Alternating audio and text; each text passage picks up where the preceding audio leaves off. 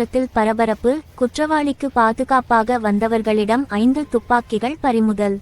ஓசூர் நீதிமன்ற வளாகத்தில் குற்றவாளிக்கு பாதுகாப்பாக வந்தவர்களிடம் இருந்து 5 துப்பாக்கிகள் பறிமுதல் செய்யப்பட்டுள்ளது.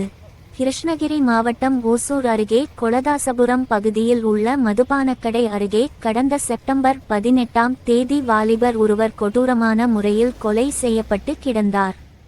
இது குறித்து பாகலூர் போலீசார் வழக்கு பதிவு செய்து விசாரணை நடத்தினர். அதில் சடலமாக கிடந்தவர் கர்நாடகா மாநிலம் சூளக்குண்டா காலனியை சேர்ந்த ரேவன்குமார் 26 என்பது தெரியவந்தது. இதனையடுத்து இந்த கொலை வழக்கில் முக்கிய குற்றவாளி கர்நாடகா மாநிலத்தை சேர்ந்த ரேவண்ணா என்பவரை கைது செய்தனர்.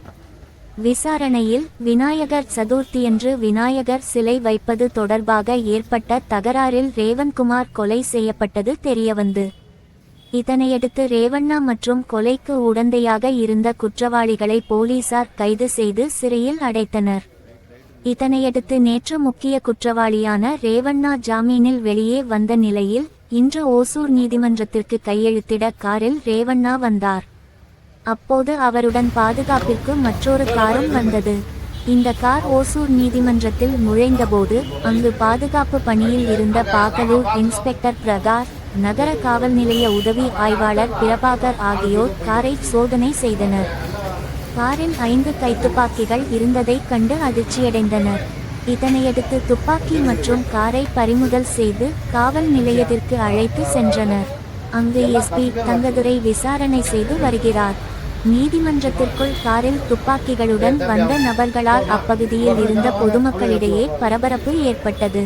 இது குறித்து போலீசார் கூறும்போது, ஜாமீனில் வெளியே வந்த கொலை குற்றவாளி ரேவண்ணா ஓசூர் நீதிமன்றத்தில் கையொப்பமிட வந்தபோது அவரது பாதுகாப்பிற்காக வந்தவர்களின் காரை நீதிமன்ற நுழைவாயிலில் தடுத்து நிறுத்தி சோதனை செய்தபோது காரில் வந்த 5 பேர் 5 கைத்துப்பாக்கிகளை வைத்திருந்தனர். அவர்கள் தேசிய அளவில் துப்பாக்கியை கொண்டு செல்ல அனுமதி பெற்றுள்ளதாக கூறினர். ஆனாலும் அவர்கள் தமிழகத்திற்குள் நுழையும் போது காவல்துறையிடம் அனுமதி பெற்றிருக்க வேண்டும்.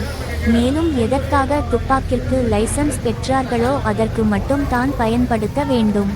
ஆனால் அவர்கள் துப்பாக்கியை மற்றவர்கள் பாதுகாப்பிற்காக கொண்டு வந்தது குற்ற செயல்தான். இது குறித்து 5 பேரிடம் காவல்துறை உயர் அதிகாரிகள் தொடர்ந்து விசாரணை செய்து